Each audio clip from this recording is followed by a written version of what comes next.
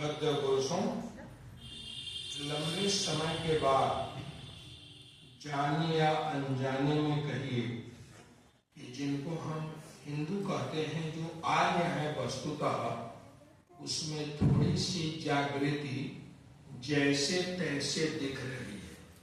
जैसे तैसे में इसलिए आपको कहा कि एक जमाना कभी रहा होगा जब संपूर्ण संसार में आर्यों का राज्य रहा होगा, और कैसे पतन होता है और सिमटता हुआ उसकी क्या स्थिति होती है, इसको देखा जा सकता है। महर्षि दयानंद ने बहुत सोच और समझदारी के बाद कहा था कि वेदों का प्रचार प्रसार करना, पढ़ना पढ़ाना, सुनना सुनाना आर्यों का परम धर्म है।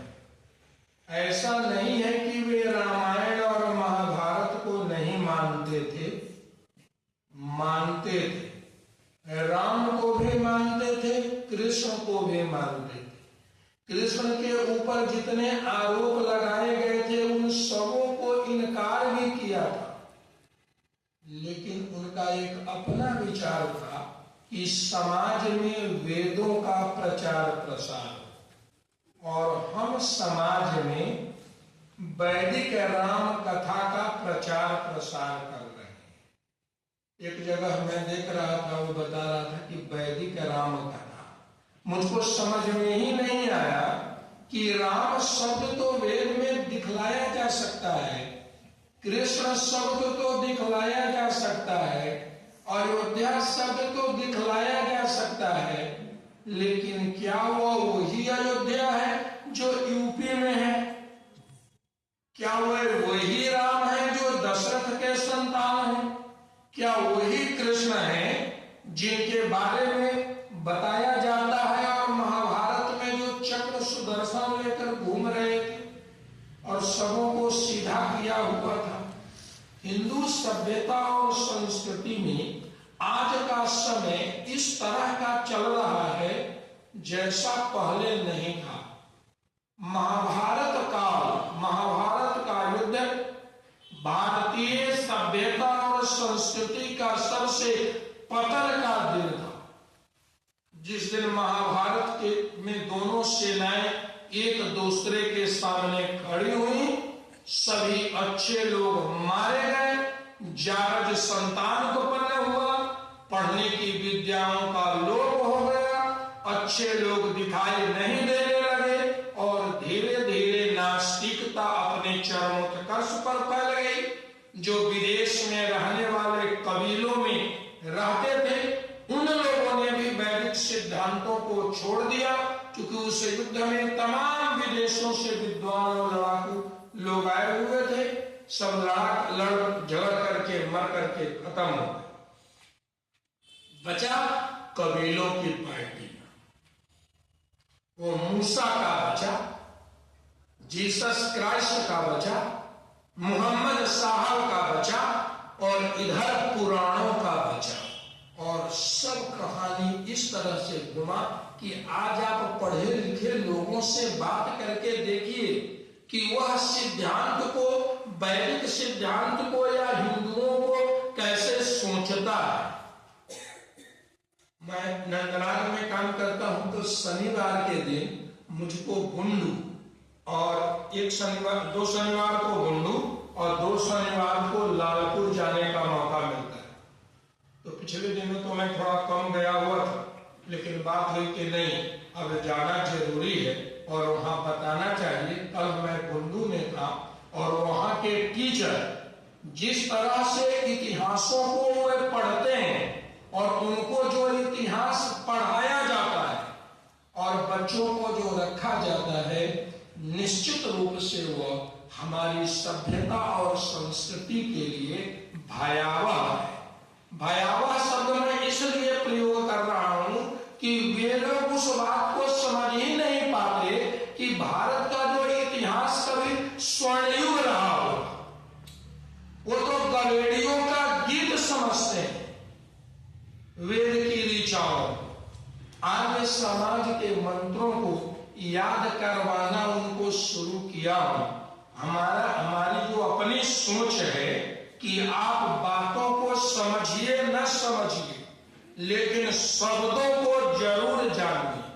माँ अपने बेटा को जब पढ़ाने लगती है तो वह पापा सिखलाती है, याद रखकर चलिएगा।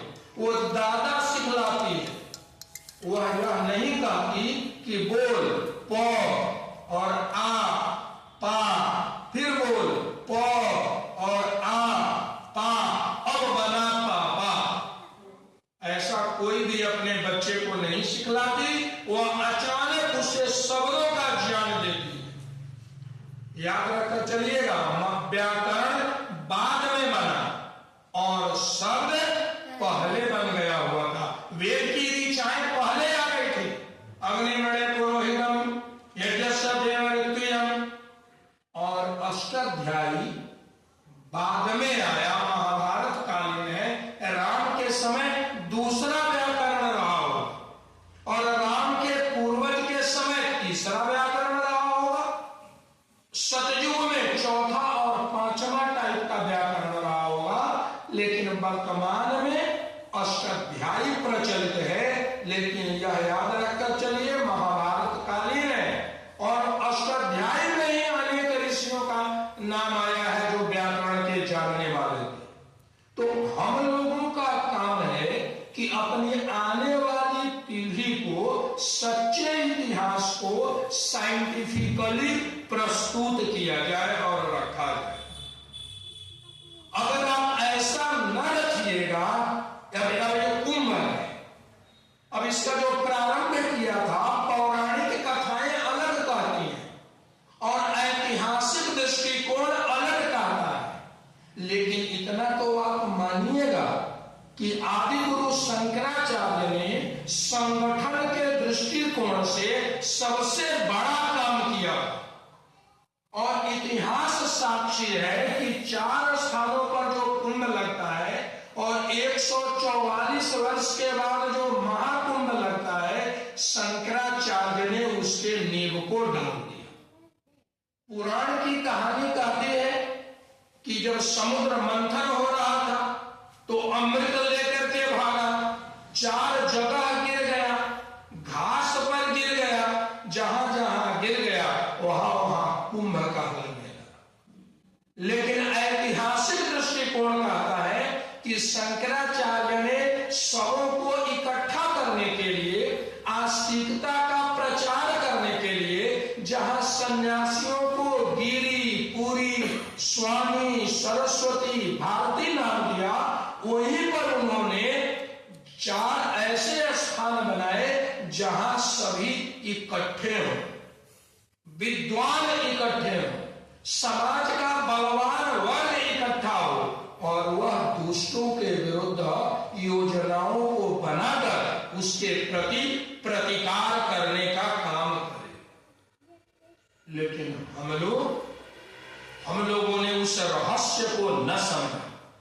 कोई कहता है गंगा जी में नहाने से क्या होगा, कोई कहता है गंगा जी नहाने से पाप सब धुल जाएगा, तीसरा कहता है। लेकिन चाणक्य ने एक बड़ी अच्छी बात बताई कि मूर्ति पूजा से ईश्वर मिले कि न मिले, मिलता नहीं है, लेकिन मूर्ति पूजा करने वाला जहां इकट्ठा होता है वहां व्यापार जरूर बढ़ जाता है।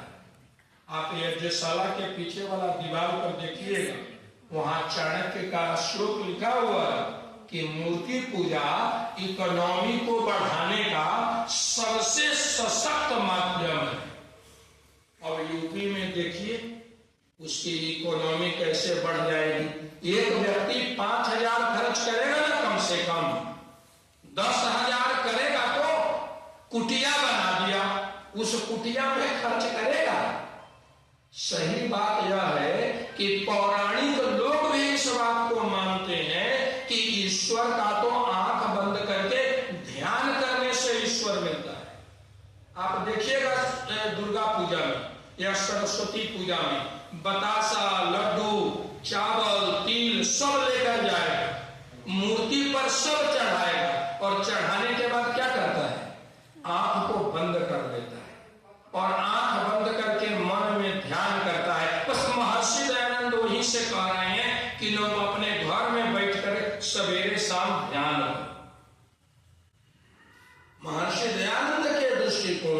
जितने स्पष्ट हैं उतने और किसी का मत स्पष्ट नहीं है। इसलिए कभी कभी लगने लगता है कि शायद यह बाहर से लिया हुआ है, लेकिन महर्षि दयानंद वस्तुतः भारत के लोगों से और संसार के लोगों से प्यार करते थे।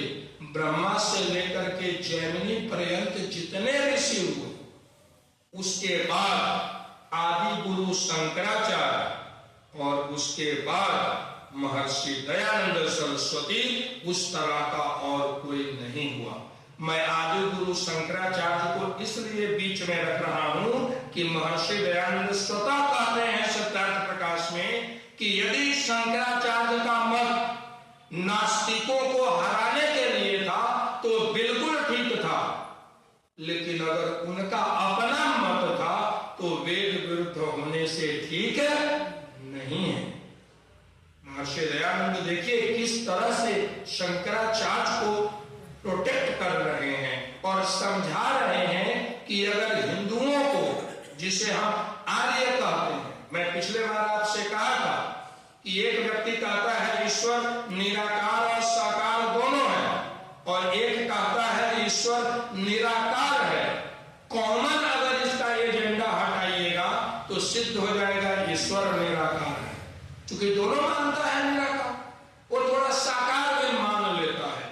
तो आपसी झंझट को, आपसी बयानबाजी को छोड़ करके आज आवश्यकता है समाज में संगठन को एक करने की। जब तक आप एक होकर के रहिएगा तब तक दुनिया आपसे डरेगी, और जब आप अनेक टुकड़ों टुकड़ों में बट जाइएगा तो दुनिया आप पर राज्य करेगी। सबसे बड़ी दुखद बात यह है कि भारत में एक व्यक्ति इकोनॉमी बढ़ाने के काम में लगा हुआ है और अगला कह रहा है कि वहां तो पाप धोने सब जाता है। अरे गंगा में नहाने से शरीर शुद्ध होता है, और सत्य बोलोगे तो मन शुद्ध तुम्हारा होगा। मनुस्मृति में बहुत ठीक तरीके से लिखा, अद्विगा प्राण शुद्धंति मनः सत्येन शुद्धति विद्या तपोभ्याम भूतात्मा बुद्धिर्ज्ञानेन शुद्धति। अगर बुद्धि को ठीक करना है तो ज्ञान को बढ़ाओ, नॉलेज को बढ़ाओ। बेटा को अगर अच्छा बनाना है तो खूब पढ़ाओ, और नहीं पढ़ाना चाहते हो तो शहर में बसाओ। शहर में अगर वो रहेगा तो दुनियादारी को सीखेगा, नए नए लोगों से मिलेगा, नई नई चीजों को सीखेगा। देखिए इंग्लैंड से, अमेरिका से, रूस से सब आ रहा है, तो रुपया तो खर्च करता ही होगा, और वो सब रुपया भारत की इकोनॉमी को गति तो देगा ही। ये जो सोच हम लेते हैं कि एक डुबकी मार लिए बस लाइसेंस मिल गया हमको सारे पापों को हरण कर देने का, यहीं पर हम गलत कर बैठते हैं। हमें यह सोचना चाहिए कि अगर कहीं कहीं पर बड़े बड़े संगम हो, गांव में भी देखिएगा, पूजा पाठ सब करने के लिए इकट्ठा करेगा, किसी साधु को बुलाएगा, कथा करेगा। जो औरत कभी गांव से निकलकर दूसरे गांव में नहीं गई है, वह भी पूजा पाठ के बहाने वहां पर इकट्ठा हो जाती है, और सब एक दूसरे से बात करती है, सामानों का खरीद फरोख्त करती है। उससे इकोनॉमी, मैं बता रहा हूं ना, उससे इकोनॉमी बढ़ती है। कोई भी एक कर्म होता है तो उसके अलग अलग आधार हुआ करते हैं। वेद का एक मंत्र अगर आप एक्सप्लेन करते हैं तो उसका अलग अलग आधार होता है। वह तो भाई जहां मूर्ति देखता है हनुमान जी का नतमस्तक हो जाता है। इतना ही ना उसमें कमी है कि वह लाठी चलाना नहीं जानता है।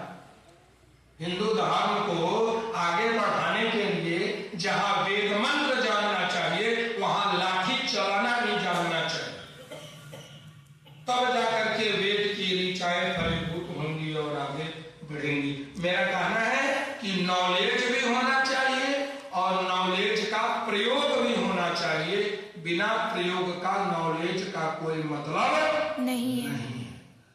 आप मानते हैं ईश्वर निराकार है, अच्छी बात है, लेकिन अगर आप सवेरे शाम आधा घंटा नहीं बैठते हैं पूजा नहीं करते हैं, ध्यान नहीं लगाते हैं, पहले नासिका पर अपने मन को नहीं रोकते हैं, आगे उसके बाद दोनों जो आंख है यहाँ भौं इसके बीच में नहीं रोकते हैं, तीसरे चरण में ये स्पाइनल कॉर्ड के सबसे अंतिम वर्टिब्री है वहां पर अगर आप ध्यान लगाकर नहीं रोकते हैं तो आप ध्यान कैसे लगा पाइएगा। इनकार कर देना बड़ी आसान है, मैं यह नहीं मानता हूं, मैं वह नहीं मानता हूं, मैं ऐसा नहीं करता हूं, मैं वैसा नहीं करता हूं।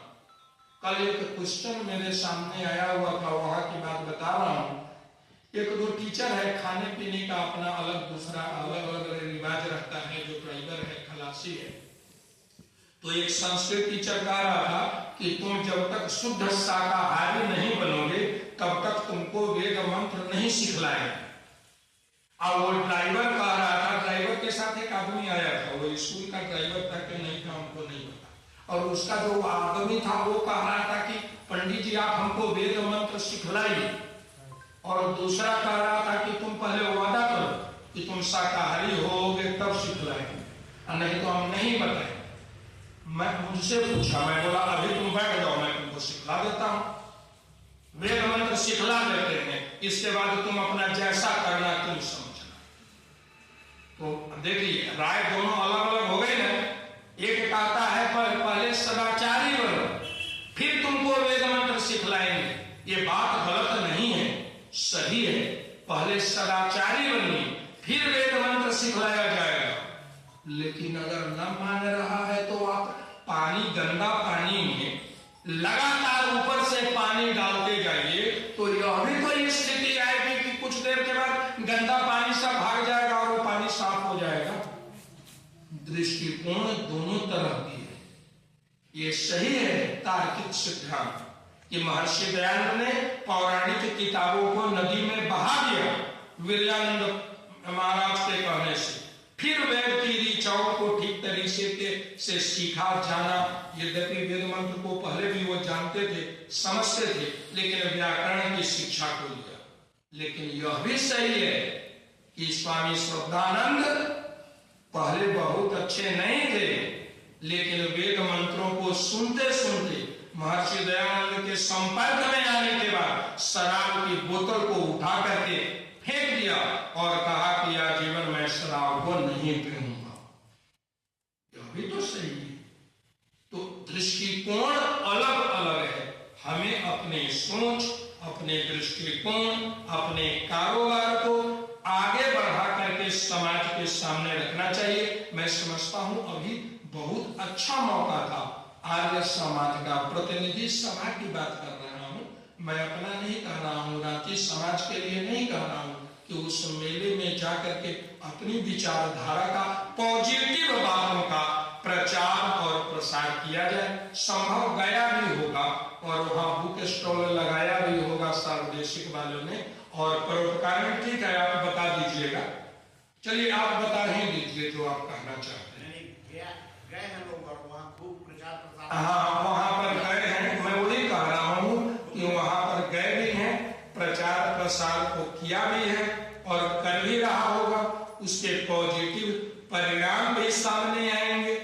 लेकिन होता क्या है कि कई बार हम अतिवादी होकर के इस तरह किसी को मार देते हैं ठोकर कि वह बिल्कुल भौचक्का हो जाता है और वह समझ जाता है कि अरे यह क्या हो गया हमारे ऊपर।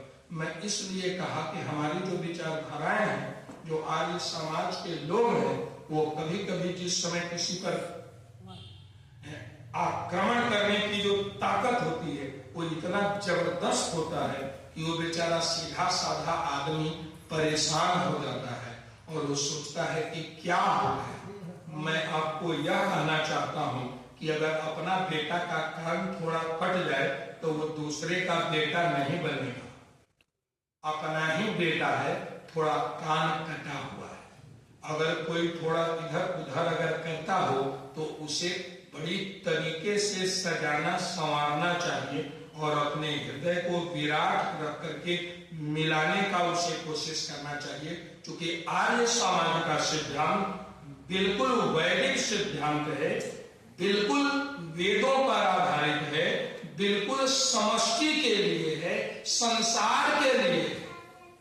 ऐसा नहीं है आर्य समाज का सिद्धांत कोई भारत के लिए है और वेद केवल हिंदुओं का है, नहीं। सूरज सबों का है, चंद्रमा सबों के लिए है, पृथ्वी सबों की है, पानी सबों का है, सूरज की रोशनी सबों के लिए है। तो वेद मनुष्य मात्र के लिए है, क्योंकि वह ईश्वरीय संविधान है। वेद पुराण शायद हिंदू के लिए पुराण, कुरान इस्लाम मानने वालों के लिए, वह नहीं है दूसरे के लिए। और इसी तरह से होली बाइबल, जो बाइबल है वो ईसाइयों के लिए है, वो ओल्ड टेस्टामेंट हो या न्यू टेस्टामेंट हो, ये अलग अलग संप्रदाय के लिए है। लेकिन वेद मनुष्य मात्र के लिए है। ये आपको सब जगह मिल जाएगा। बाइबल की भी कुछ जगह मिल जाएगा, कुछ पुराण में भी आपको मिल जाएगा, पुराण में भी कुछ मिल जाएगा। जहां जहां अच्छाई आप पाइएगा, आपको लगेगा कि ये वेद की ऋचाएं हैं, वेद से लिया हुआ है, क्योंकि सबसे प्रारंभिक ग्रंथ वेद है। मैं इतना ही कहता हुआ, चूंकि आपका समय हो गया है, एक चीज की तरफ आज मैं कोई प्रवचन नहीं दिया, कोई मैं भाषण नहीं दिया हूं, कोई वेद मंत्र को लेकर कहानी मैं नहीं सुनाया हूं, क्योंकि हम पर आरोप है कि कहानी कह करके आगे चले जाते हैं। मैं स्वीकार करता हूं इस बात को, आज भी मैं कहानी सुना देता है आपको, लेकिन इसलिए मैं कहानी नहीं सुनाया कि हमारी एक अपनी मान्यता है कि जब तक सिद्धांतों को विद्वानों में प्रचार प्रसार न करिएगा, तब तक आपकी जो आस्था है, आपके विचार हैं, वो नहीं फैलेगा। मैं उस टीचर को बोल करके आया हूं कि अगले बार मैक्स मुलर का चिट्ठी लाऊंगा और वो तुमको चिट्ठी दे दो, ठीक है। इन्हीं शब्दों के साथ